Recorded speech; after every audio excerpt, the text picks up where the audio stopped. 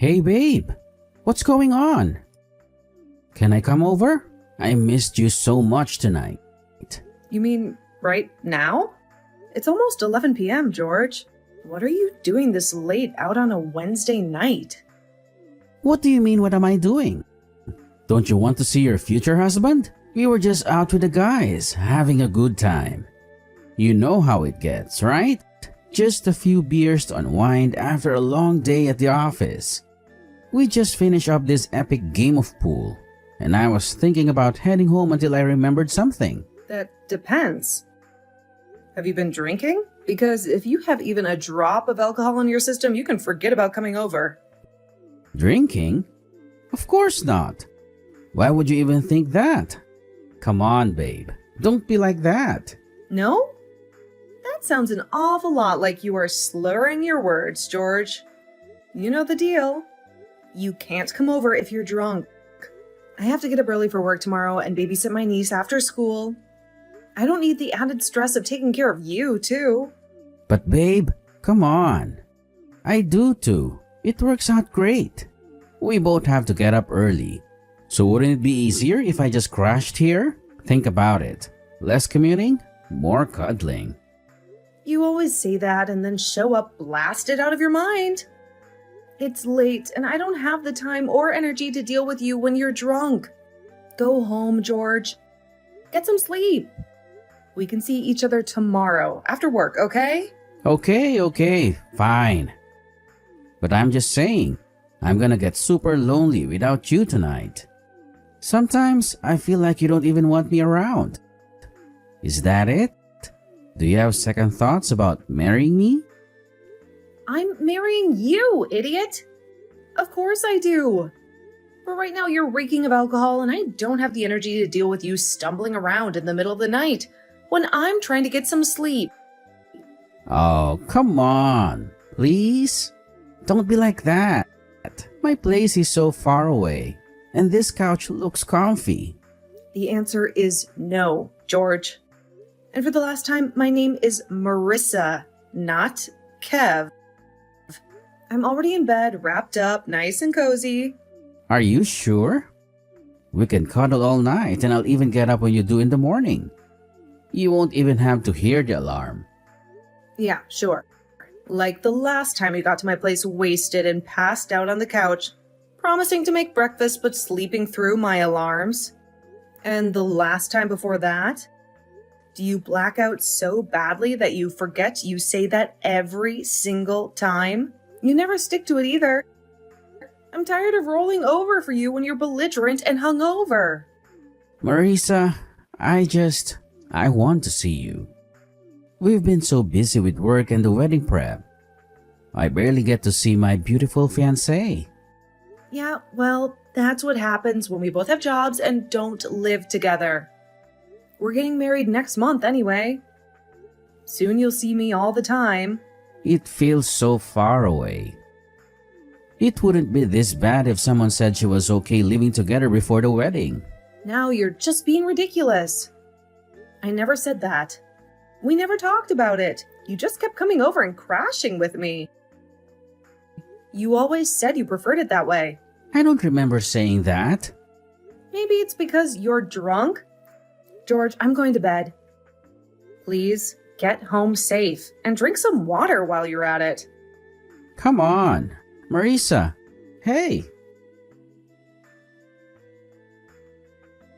Hey, babe. I'm so sorry about last night. I woke up with a pounding headache and a vague sense of dread. The last thing I remember is the guys buying round after round, and then nothing. Did I do anything stupid again? I appreciate your apology. You do that a lot, though. It's starting to worry me. Is this just who you are, George?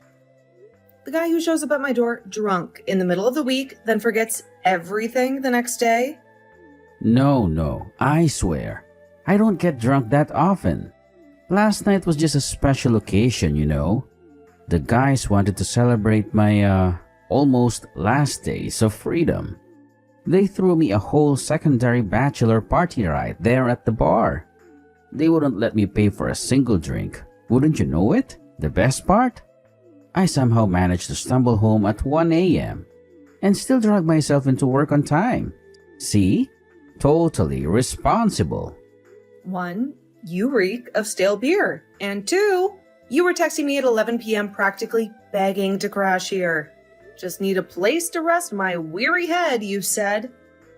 Funny how that changes when the morning light hits. Right. The texts.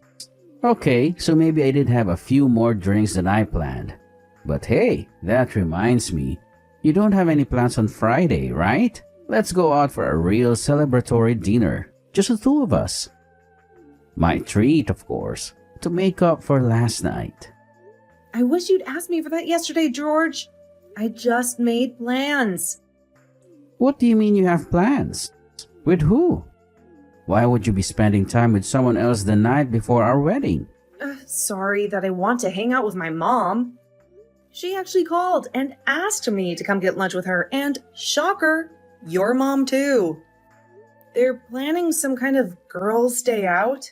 Whoa, what? Why would you want to do that? Sounds like torture. I don't know, maybe it's because I would like to have a good relationship with my mother-in-law someday, especially since we're about to become a family. Is that so crazy? Ouch, you're moody today. Look, if you don't want to go out with me on Friday, that's fine. But you don't need to snap at me. Maybe it's because someone cut me up last night with their drunken antics and is now trying to control who I spend my time with. You can come if you want, George. I never said you couldn't. Gross. No, I don't want to spend any more time with your mom or mine than I have to. They can have their little bonding session without me. Geez, George, that's your mom. Listen, I'll just text you when we're done. We can go out after, okay? But frankly, after last night, I might need some serious convincing. All right, sounds good. But seriously, lighten up a little. It's just lunch. Besides, what could possibly go wrong? Hey, George! I just finished up work. Remember that new rom-com we were talking about seeing? I finally got tickets, and there's a showing in like an hour. Want to grab some popcorn and cuddle up? Sorry, babe. I just met up with the guys at the bar. They were already a few rounds in, and you know how it is. Once they get started... Again? It seems like every time I suggest doing something together lately, you're mysteriously glued to a bar stool. What's that supposed to mean? Don't you trust me to have a drink with the guys every now and then? It's not like I'm out here getting wasted every night. Well, it certainly feels like it, George. You've just been out drinking with them a lot lately. You're supposed to be moving in with me in 2 weeks and marrying me in 4. But you haven't shown me any signs that you're preparing for either of those things. Is everything okay? Are you having second thoughts? Second thoughts? What? No way, babe. I wouldn't miss marrying you for the world. Besides, isn't that what I just did? I called the caterer yesterday to finalize the menu. Hold on a second. Your mom called the caterer yesterday. You know, the woman who lives 3 states away and hasn't even met my dog yet? Well, it's the same thing if you think about it. We talk about the menu together, and she just offered to handle it. You know your mom can be a little overbearing sometimes. Overbearing? George, we talked about wanting the wedding to be a collaboration, something that reflects both of us. And I'm packing, for the record. I've been slowly collecting boxes and decluttering for weeks. Yeah, well, of course you are. You're way more organized than me, that's for sure. But don't worry, I'm excited about that too. The wedding so soon. We'll be living together like a real husband and wife in no time. Honeymoon in the Bahamas, just the two of us. Can't wait. Exactly. I hope you've started to pack your stuff, George. Moving will take some time, especially if you plan on bringing everything you own.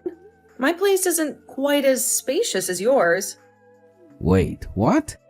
Your place? I thought we were moving into my apartment. It's bigger, closer to work. We talked about this months ago, George. My house is already set up and it's close to my mom's house. You know, she's gone into chemotherapy treatments, right? Oh yeah, of course. Look, I'm so sorry. I completely forgot. You're such a good daughter to be there for her during this difficult time. Thanks, babe. I appreciate it. It's a scary time for her, and I want to be there for her as much as I can. Besides, wouldn't it be easier to just stay at my place for now? Less moving hassle, you know? Sure, of course. Whatever works for you. She's gonna be a part of my family soon too. The least I can do is help you take care of her. Thanks, babe. I appreciate it. Listen, the movie tickets are going to waste if we don't hurry. How about we reschedule for another night? You can come over and help me pack for the move? Of course. Oh, the guys are ordering another round. I promise I'll start packing this weekend. My Fridays are always too busy for work. They drag on forever. These reports just pile up. You know how it is, honey.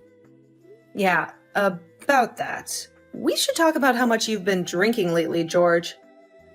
It seems like every Friday night turns into a marathon at the bar with the guys. Isn't there anything else you'd rather be doing, especially with the wedding just a month away? What do you mean? The guys are just trying to have a good time before before we tie the knot, you know? Celebrate my last hooray as a single man and all that. Well, tied down? Glad to know that's how you see it, George. Is this just a prison sentence for you? Because if you're having doubts, we can talk about them. No, that's not what I meant at all. You're the woman of my dreams. The future Mrs. Whatever. The point is, I'm excited to get married. It's just, the guys, they're all getting a little sentimental, you know. We've known each other since high school. It doesn't matter. They'll get over it. But frankly, George, I'm just worried about your health, that's all. Your liver cannot survive on a steady diet of bar food and cheap beer. I know. Look, I'll cut back. I promise. I wouldn't want to miss out on anything with you, especially not our honeymoon in the Bahamas. Think about it. White sand beaches, crystal clear water. My point exactly. Your health isn't just about the honeymoon, George. It's about building a life together. A life where you're healthy enough to keep up with me, to maybe even start a family someday. I know, you're right. I promise I'll be cutting back soon, especially when we're married. No more late nights at the bar, I swear. Tomorrow, I'll send you pics of my packing boxes to prove I'm getting ready. How's that for a start? I've been waiting for an hour. You said the truck would be here by noon and the movers by 2. Do you know when you'll be able to get here, or should I just start loading the boxes myself? Right. Yeah, so listen, there's a bit of a situation. I can't make it. The truck rental place had some kind of computer glitch, and apparently they don't have any vehicles available today. Huh? We agreed you'd be moving today. We even color-coded the boxes based on which room they go in. This is the day we were supposed to finally be living together, remember? Funny story. About that, see, I'm not even close to being ready. There are still half unpacked boxes from my last apartment scattered everywhere, and most of my clothes are still hanging in the closet. Funny? You had weeks to get ready, George. Weeks where you promised you'd be packing and decluttering. It's not like this all just magically appeared overnight. Hey, weeks where I had to work a full-time job and deal with all the wedding prep stuff, you know. Wedding favors, seating charts, the caterer keeps changing the menu on me. It's been stressful. Okay, now you're definitely joking, right? I've been doing everything for this wedding. From the venue to the flowers, the decorations, even the freaking cake tasting, I've been handling it all. All you've been doing, apparently, is drinking with your friends every night. Well, look, my friends keep inviting me out to celebrate the bachelor life before it's over. And it would be rude if I said no, right? They're all getting a little sentimental, you know. But what about your soon-to-be wife, huh? Seems like you've been a lot more available for sentimental goodbyes with your buddies than for getting ready to start a new life with me. What's that supposed to mean? Of course I care about you. You're the whole reason for the wedding, aren't you? It means I feel like you care more about your friends than about me and about our future together. This move was supposed to be a symbol of our commitment, a new chapter. Instead, I feel like I'm the only one who's been taking it seriously. Marisa, I'm so sorry. I don't want you to feel that way.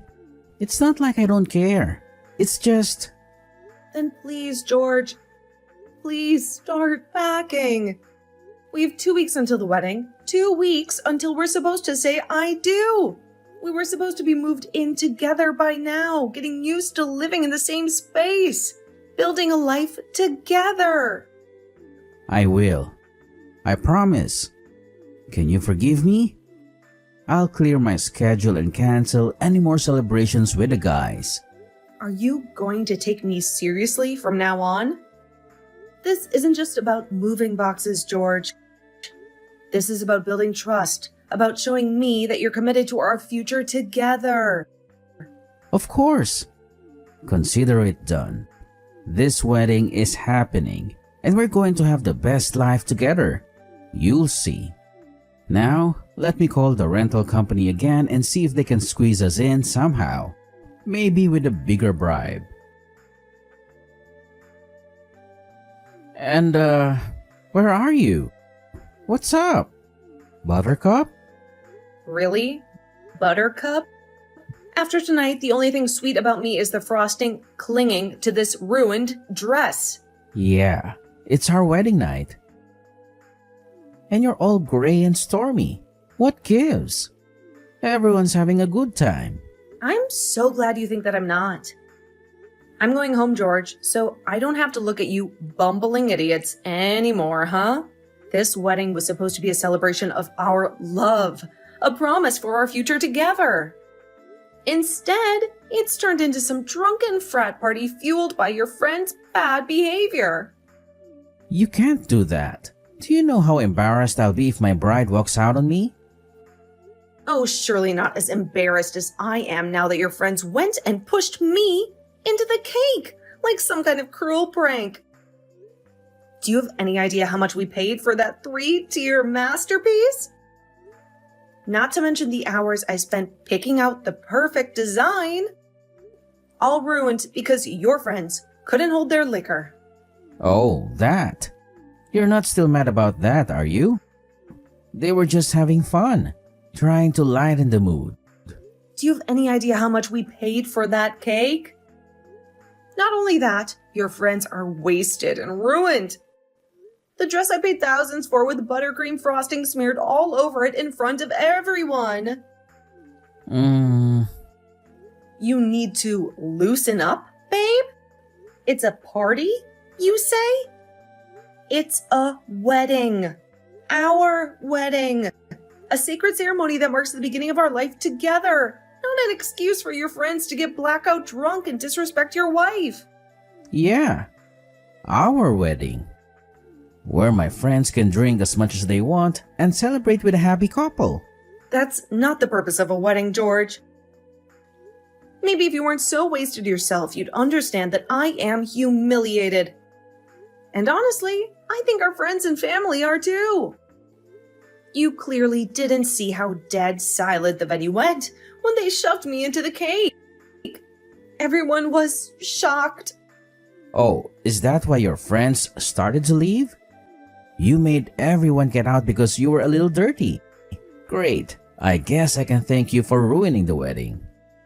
I had to stand there and watch my bride make a scene and vanish on me. I certainly hope you're not going to be like this for the rest of our marriage. I won't, since we're basically history now. What does that mean? It means I ripped our marriage certificate in two. After that incredible display of disrespect, the broken promises, the blatant disregard for my feelings, I can't be married to you anymore. This piece of paper doesn't hold a candle to the vows we just took. Vows you seem to have forgotten the moment the ceremony ended. But I didn't even do anything. They were just messing around, trying to have some fun. Exactly, George. You just laughed at me. Stood there like a statue while your friends shoved their idea of fun down my throat. Instead of supporting me or scolding them for treating your wife like a birthday cake, you giggled like a kindergartner who just got away with coloring on the walls. And that's not even taking into account every other promise you've broken over the last few months. Remember when you swore you'd cut back on the drinking? Apparently, that promise went the way of your supposed commitment to packing and moving in with me. Whoa, where's this all coming from? We were having a good time. It was our wedding night. Our wedding night? A night that should have been about celebrating our love, our future together. Instead, it turned into a drunken spectacle where your friends felt free to humiliate me, and you were too busy getting wasted to even notice. This isn't news, George. I've been telling you for months that your drinking is a problem, that it creates distance between us. But you never listened. Fine. I've done a lot of stuff I should apologize for, but you're not really walking out just after we got married, are you? We can fix this, you know? We just need to talk. Yeah, I am. I said I do to a man who promised to respect me, cherish me, and build a life together. The man standing in front of me right now seems more interested in the bottom of a beer glass than anything else. I got humiliated on my wedding day, George, and my husband couldn't even stand up for me. What kind of marriage is that supposed to be? It sounds like you're just being self-conscious. Everyone makes mistakes while they're drunk. It was just a prank. A little out of hand maybe, but nothing to throw away our entire future over. Yes, but no one goes as far as embarrassing their bride in front of everyone we know. What is wrong with you? This wasn't some harmless prank, George. It was a deliberate act of disrespect, a sign that maybe you don't take our commitment as seriously as I do. We'd had a little too much to drink. It wasn't that big of a deal. Oh my God, this again? You are killing your liver, George. All you do is drink. You blame everything, every little thing on drinking, as if it somehow absolves you for making those mistakes. Being drunk does not excuse you from being accountable for your actions. I know that more than anyone. I used to drink a lot in college. I made a lot of mistakes that I had to learn how to take responsibility for. Now, I know that it's possible to not cross those boundaries when you drink, especially not at a wedding, one of the most critical events in our life together. I get it. You hate people who drink. But is this really the answer? Can't we just talk about it? No, George. I hate people who use drinking as an excuse for crossing boundaries. Like you, apparently. This isn't about a few beers gone bad. This is about a pattern of behavior, a pattern you refuse to acknowledge. So I'm done trying to fix what's broken. Hey, no. Calm down there. We can fix this. Relationships take work, you know that. We just need to communicate, to figure out where things went wrong. We actually cannot fix this, George. Not this time. The trust is gone, shattered like the overpriced wedding cake your friends shoved me into. I've already started packing up your stuff. Maybe you can use some of those empty beer boxes lying around. What? That's crazy. You can't do that when we just move in together. Besides, I already ended my lease at my old apartment. I have nowhere to go now. Marisa, you can't leave me on the curb like yesterday's trash. I can, and I will.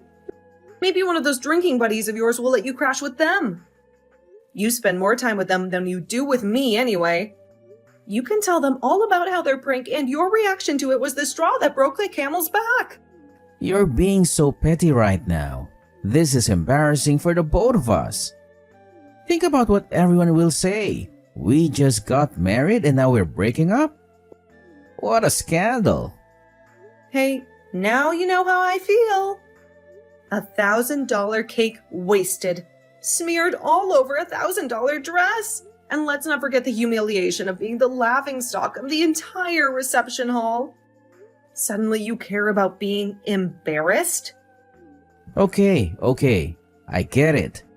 I didn't think about how expensive everything was in the heat of the moment. It was stupid of them to do that, and I should have stopped them. Uh-huh. And here I thought you were the life of the party, the one everyone was looking to for a good time. Suddenly you weren't in control? I apologize on their behalf. Happy? What? Is that all you have to say? Happy? Like this is some trivial disagreement we can just sweep under the rug? No, I do mean it. I'm so sorry about it. I appreciate that you care about my health and are worried about all the drinking, even if I don't agree with you completely. I'm sorry. I thought you were being petty before, but you're right. This is a big deal. I know I am. Unfortunately, it feels like you still don't understand what's going on here, George. You're just parroting back to me everything I've said and hoping it'll make things magically better. I'm sorry, but apologies don't erase actions. Until the end. If you really were sorry, you would have taken responsibility for your behavior from the start. You would have stopped your friends, and you wouldn't be more concerned about saving face than you are about how I feel. I'm really sorry. That's what I'm trying to tell you. I just think we'll both be really embarrassed if we break up right after we spent thousands of dollars on our wedding. Especially after all that money went to waste on the cake in your dress. Please use your thinking cap for another second. George, I can't go back to someone who let that happen to me. Nor can I be with someone who thinks that a social standing means more than treating their wife with respect. You're not the only one who's mad about the way the wedding went. There has to be something I can do to make you forgive me. I can apologize 1,000,000 times if you want. Apologies mean nothing if you're not understanding what you did wrong. I presented all of my issues to you before, and you've always written them off. Now you're only apologizing because I'm threatening to leave. Shameful. The only thing you can do at this point is pay for the damages to the venue. Thanks to the cake incident and all of the leftover wedding fees. Wait, I can't do that. Well, it's not exactly you. I got off the phone with your parents earlier, and they want to cover everything with the compensation fee for me is an apology for the complete humiliation I experienced at the hands of you and your friends.